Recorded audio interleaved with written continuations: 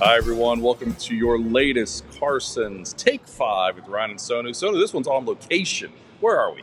We are in sunny Florida. Well, sunny and rainy, depending on what time of the day it is. It's very unpredictable. But yeah, we're here for Carson's Excel conference, which we do once a year. There we go. Yeah. We're trying to create a lot of good stuff here. Oh, we are. We're with approximately 1,000 people here, partners and sponsors and friends. So many cool things that we're doing. But Sonu, let's get to it. All right, we've got some stuff we want to talk about. We titled this week's Take 5, Buckle Up, because volatility could be coming, and it's here. So I'll start and turn it to you.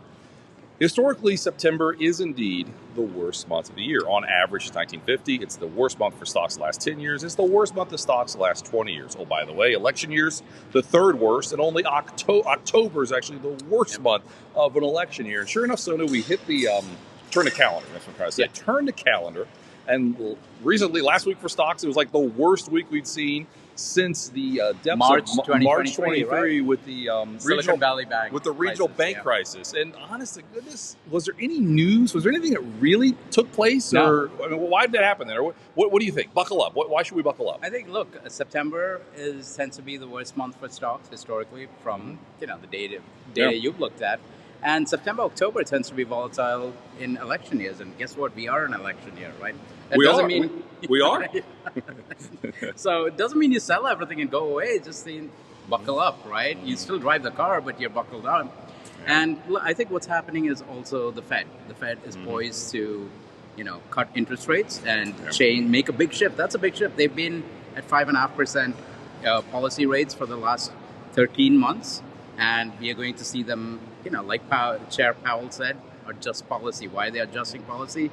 Because the inflation problem's over, but there are risks rising on the labor market side. The Fed has two mandates. They need to manage inflation, keep it low and stable. They need to manage unemployment risk as well.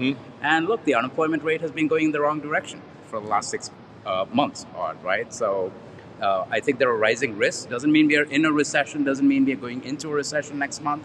I think the Fed's going to get ahead of the curve, hopefully.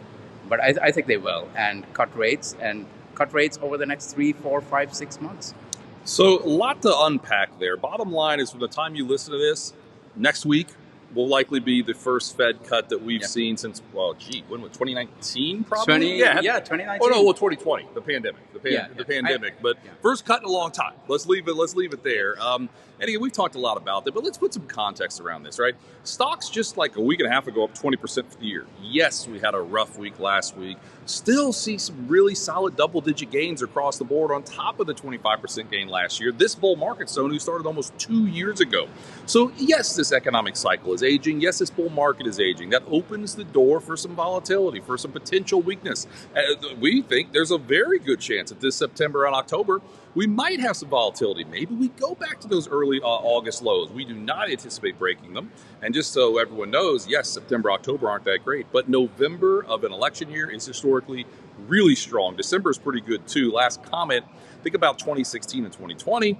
We saw some weakness, some jitters ahead of the election, both those times. And then once the uncertainty of the election was out of the way, big time rally into the end of the year, and we remain overweight equities. I think that potentially could be where we are. So I've got about a minute or so to go. What else you want to talk about? No, I think that just staying on that topic of, we got two tailwinds, right, coming up. One is, as you mentioned, once the election uncertainty, once that event risk is over, hopefully have the results November 6th. But, I think that should be the case. We'll see. But either ways, look, companies are dynamic. They'll adjust, irrespective of who wins, right? They'll adjust to policy. We've seen that goodness not over the last few years. We've seen that over the last 100, 150 years, right? That's true. So, the U.S. economy is basically the best wealth-generating machine the world has ever seen. And I think that continues. And I don't think that, like I said, irrespective of who wins, the economy will do fine. And then the second tailwind, as I said, is the Fed cutting rates. That's going to be, potentially big for things like housing. Mortgage rates will be immediately impacted by the fact that, the Fed is cutting rates, so mortgage rates go down. That could potentially boost housing activity. But even capital expenditures, right? Companies making investments to invest in whatever, AI, all of that, I think you should potentially get a boost from lower interest rates. Yeah, there's more people that work for small businesses in this country than large businesses, right? Small businesses are the backbone to the U.S. economy. Higher interest rates truly don't help necessarily smaller businesses. But the bottom line, cuts are coming. That's positive. Everybody, this is your latest Carson's Take 5. We'll see you next week. Thank you.